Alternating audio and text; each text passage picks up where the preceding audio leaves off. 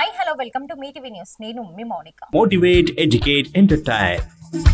Telangana kick boxing association ఆధ్వర్యంలో national boxing technical and referee seminar Hyderabad లో నిర్వహించారు. ఈ సెమినార్ కి Nagar Kurnool sports kick boxing association president Raju Nayak, Achampet general secretary Shiva, Vangoor మండలం టీం మెంబర్స్ నాగరాజు, అస్లాం తదితరులు పాల్గొన్నారు. వారందరికీ రిఫరీ సర్టిఫికేట్ అవార్డింగ్ అందజేశారు. అశ్వాపురం మండలం పురాపెల్లి కొత్తూరులోని పాఠశాలలో ఉపాధ్యాయులు లేక విద్యార్థుల భవిష్యత్తు వెనుకబడిపోతుందంటూ పిల్లల తల్లిదండ్రులు ఆందోళన చెందుతున్నారు.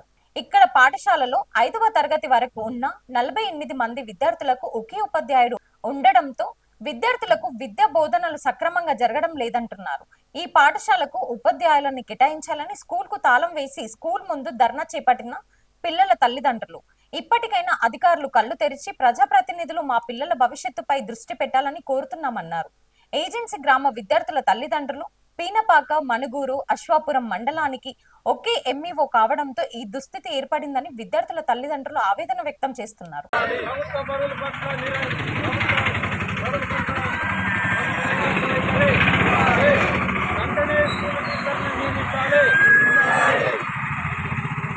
భద్రాద్రి కొత్తగూడెం జిల్లా ఎస్పీ రోహిత్ రాజు ఆదేశాల మేరకు మనుగూరు డిఎస్ రవీందర్ రెడ్డి ఆధ్వర్యంలో అశ్వాపురం మండల కేంద్రంలోని చవిటిగూడెంలో పోలీసులు గ్రీస్ జాగిలంతో తనిఖీలు చేయగా పార్వతమ్మ అని మహిళ వంటగదిలో గిన్నెల కింద దాచిపెట్టిన కేజీ గంజాయిని జాగిలం పట్టించింది.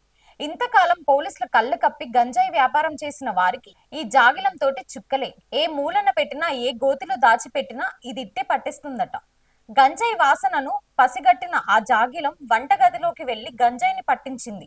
దీంతో పోలీసులు కిలో గంజాయిని స్వాధీనం చేసుకుని మహిళను అదుపులోకి తీసుకొని విచారిస్తున్నారు. గత కొంతకాలంగా పోలీసులు కళ్ళ కప్పి తిరుగుతున్న గంజాయి స్మగ్లర్ ను పోలీసులు జాగిలం గ్రీస్ పట్టించడంతో పలువురు అభినందించారు.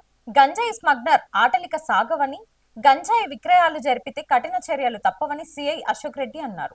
జీవితంలో ఎన్ని సవాలు ఎదురైనా లక్ష్యాన్ని సాధించాలన్న సంకల్ప బలం మనలో ఉండడం ప్రధానమని ముఖ్యమంత్రి రేవంత్ రెడ్డి అన్నారు.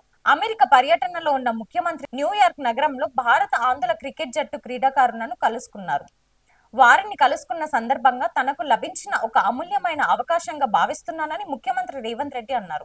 వారితో ఆప్యాయంగా కొద్దిసేపు ముచ్చటించారు. జీవితంలో ఎలాంటి సవాలైనా ఎదుర్కొనే మానసిక స్థైర్యాన్ని వారి నుంచి నేర్చుకోగలమన్నారు.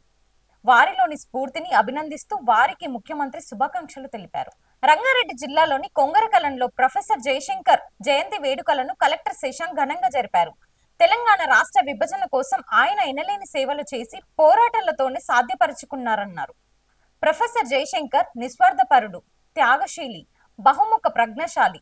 ఎలాంటి పదవులకు ఆశపడకుండా తెలంగాణ రాష్ట్ర విభజన కోసం అహర్నిశలు కృషి చేసిన మహానీయుడని కొనియాడారు. అనంతరం ఆయనకు పూలమాలలు వేసి నివాళులు అర్పించారు. ఈ కార్యక్రమంలో కలెక్టర్ సిబ్బంది మరియు అధికారులు పాల్గొన్నారు. Thanks for watching. చూస్తూనే ఉండండి మీటీవీ న్యూస్.